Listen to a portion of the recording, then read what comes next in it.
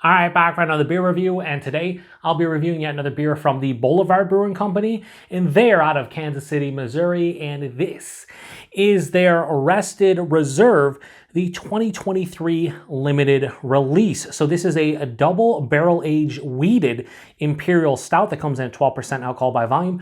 No IBUs listed. Time of review, and this bottle is exactly 1 year old and also has a please enjoy by date of October 4th of 2025. So they give 2 years on this beer. This one was bottled on October 5th of 2023. I'm reviewing it 1 year later on October 5th of 2024.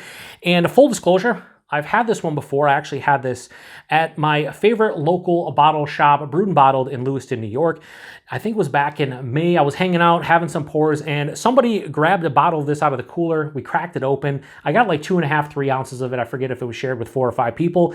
And at that point, my palate was kind of compromised to the point where it was like, I could tell if it was good or not, or I enjoyed it. It was delicious. I just couldn't tell you what it tasted like. It was just like, oh, it's a barrel-aged beer. I enjoy it. So I said I would grab one to review on the channel. I forgot when I was there. Next time I came in, they still had a couple bottles, so I grabbed one. I was like, it'd be perfect if I reviewed it at the 1 year mark of bottling. So again, this is a double barrel-aged Wheated Imperial Stout, so it's Imperial Stout with a lot of wheat malt, I'd assume. And then on top of that, they do say they use bourbon barrels, and then it's finished in 12-year-old rye whiskey barrels. I love rye whiskey, and I've said this once. I'll say it again. I'll say it all the time. Boulevard, one of the best, in my opinion, when it comes to, basically their barrel-aged program, especially for like a, it's like some residue on top. I think it's from the price point. But anyway, I think they just make fucking fantastic barrel-aged beer, especially for a shelfy brewery. Basically, you can find their stuff all over the place, grocery stores, beer stores, and you really don't have to go nuts over them in terms of like waiting in line or anything. They're just readily available. So I'm gonna give this a pour here and see. Oh my god, that's pouring out like fucking motor oil. I don't know if you can see how this looks, but oh man, that looks fucking great.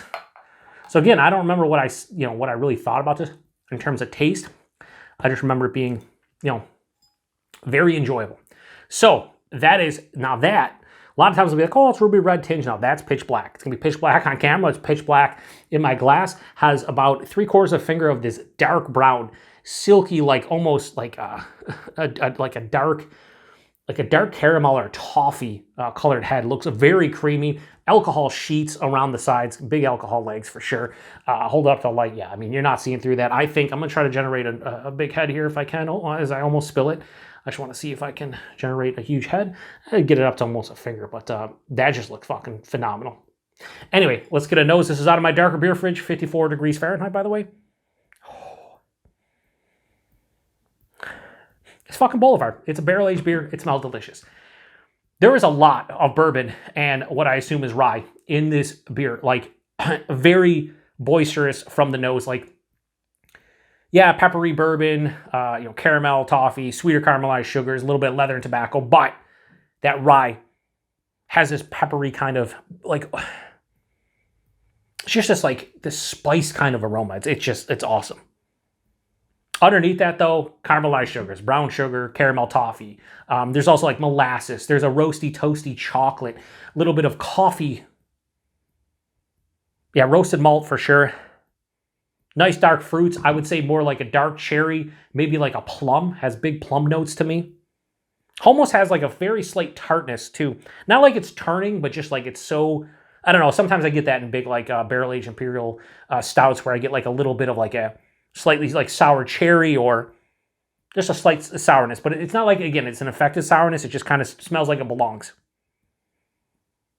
There's a little bit of that vanillin, oak and vanilla kind of feeling.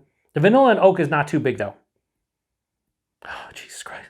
Listen, I've reviewed a lot of Boulevard in the last year and a half, and I've said it once and I'll continue saying it. Like, best bang for buck as far as barrel-aged beers go. Like, they usually nail it more often than not. The price point's pretty fair typically. They do a lot of different barrel-aged beers at this point. I think they just released like a barrel-aged, I've not seen it here locally. I've seen some friends like Rodney check them in on tap, but they did like a carrot cake beer. They did a couple other things. They did like their mixed 6-pack of barrel-aged beers. Like, I want to pick those up, and hopefully I can before the end of the year. I love carrot cake, so that carrot cake beer sounds like me all day. If I can't find them, I'd be very bummed out. This smells fucking dynamite. I'm going to get into it. Cheers, everyone.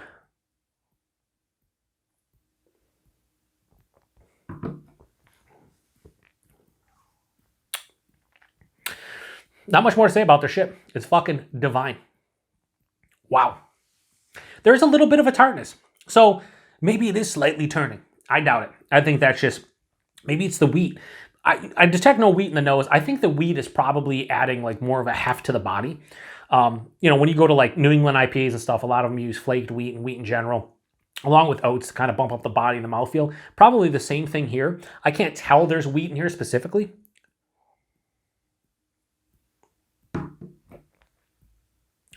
Body's full-bodied. It's not thick and chewy, but it's definitely full-bodied. There's a viscosity that's unmistakable for a 12% beer. Covers the palate, coats the palate. 100%. You can tell it's a 12% beer. The mouthfeel. Nice carbonation, mild to moderately carbonated, maybe more approaching moderate, but man, it's really smooth, has a nice creaminess. The taste, nose carried over. Forefront, a lot of roasty, toasty chocolate action. And it's like more of like a dark chocolate, like a 67% cacao bar. There's a little bit of like a mildly roasted coffee. Again, just a roasted malt character as far as that is concerned. After that, nice fruited character, cherry, and definitely plum, 100%. And then there's, right after that, a big blast of, to me, molasses, caramel, and brown sugar.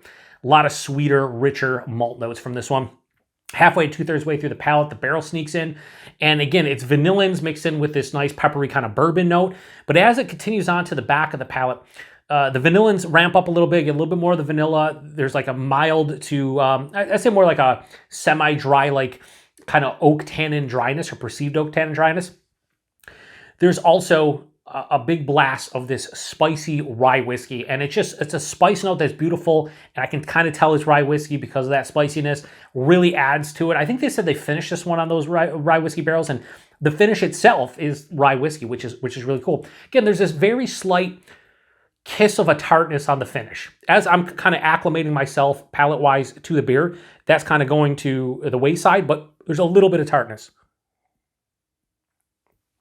But it's not like a tartness that doesn't belong. Like, it's almost like a fruited tartness. It's kind of weird that I'm getting that specifically, but it's not out of place in the beer, if that makes any sense. 12%, absolutely fucking huge warming. Like, my chest is on fire right now. But on the palate, no. There's no astringency. There's nothing going on. Can I tell this is 12%? I already said because of the body, 100%. The intensity of flavors. What's going on the palate itself is a true indication of how big this beer is. But there's no astringency or any kind of negative connotation to this beer from the alcohol. So that's kind of where I'd leave it. This is a super easy drinking beer, which I keep on going back for sips, and that might be a mistake, but the flavors are absolutely lovely. It's almost like, you know, some kind of like bourbon soaked kind of like chocolate covered fruit of some sort. So you take like a plum or a cherry and it's chocolate covered, maybe a little bit of like caramel and whatnot, and then you just bourbon soak it. And that's kind of what it is in 12% beer form. It's not overly sweet. There's a mild to moderate bitterness with that dryness, really helps it out. But it is a little bit, you know, leans to the sweeter side of things. It is a 12% barrel-aged beer, so, you know, you kind of expect that, but it's not cloying. It's just fucking, it's Boulevard, man. It's fucking Boulevard. What does that mean? Typically quality when it comes to the barrel-aged program. You know, some of their, you know, year-round offerings and seasonal offerings can be hit or miss. I love Tank 7, but like sometimes some of their hop-forward stuff isn't my favorite. Some of their other seasonals, maybe not my favorite, but they make some good beer. And when it comes to the barrel-aged game, like, man, for a brewery that you can find their stuff in fucking grocery stores, they kill it. So, Rested Reserve, the 2023 limited release, absolutely zero issues given this. I gave it a 4.5 on a tap when I was at Brewed and Bottled, and I don't see any reason to change that rating, so I'm going to go 4.5 out of 5. This is another winner in Boulevard's you know, barrel-aged series. This gets a 4.1 on a tap, which I would say is low, but from like a Boulevard barrel-aged beer, it's probably, you know, not higher end, but kind of right in the realm of, you know, probably one of their better beers, but this is much better than 4.1 for me. I could see people a little bit of that tart, like that slight kiss of tartness on the back end, maybe because it's a wheated Imperial Stout, maybe it's a little bit astringent for people. Not for me. It's a great fucking beer.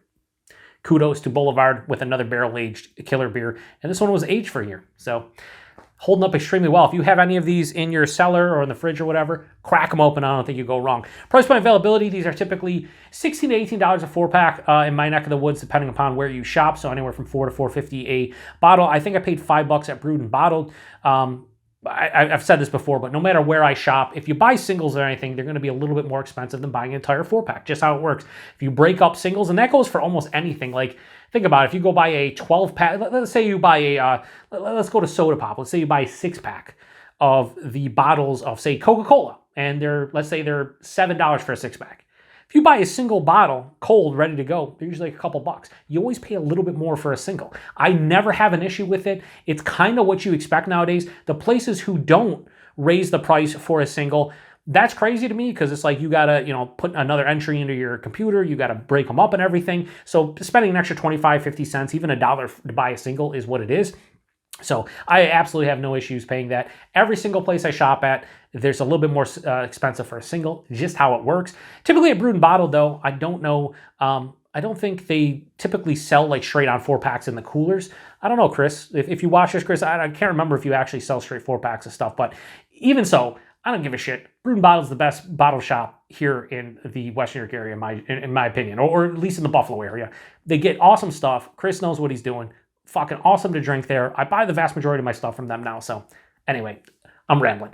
Availability, it's Boulevard. If you see Boulevard, you probably should have saw this one. I don't know if they've released this one before. I think they've released this one in a couple in 2023 and 2022. Could be wrong. I don't know if it's coming back this year. It might already be on the shelves. Who the fuck knows? I have no idea. But yeah, you should have already seen this one if you do see Boulevard stuff. So I'm shutting this one down. It's a longer review, as most barrel-aged beers are. I cannot stress enough how good Boulevard's barrel-aged game is. Check them out if you haven't. So fucking good. I'm going to go drink the rest of this. Post in the comment section if you had this one before. Appreciate it. To the next one. Cheers.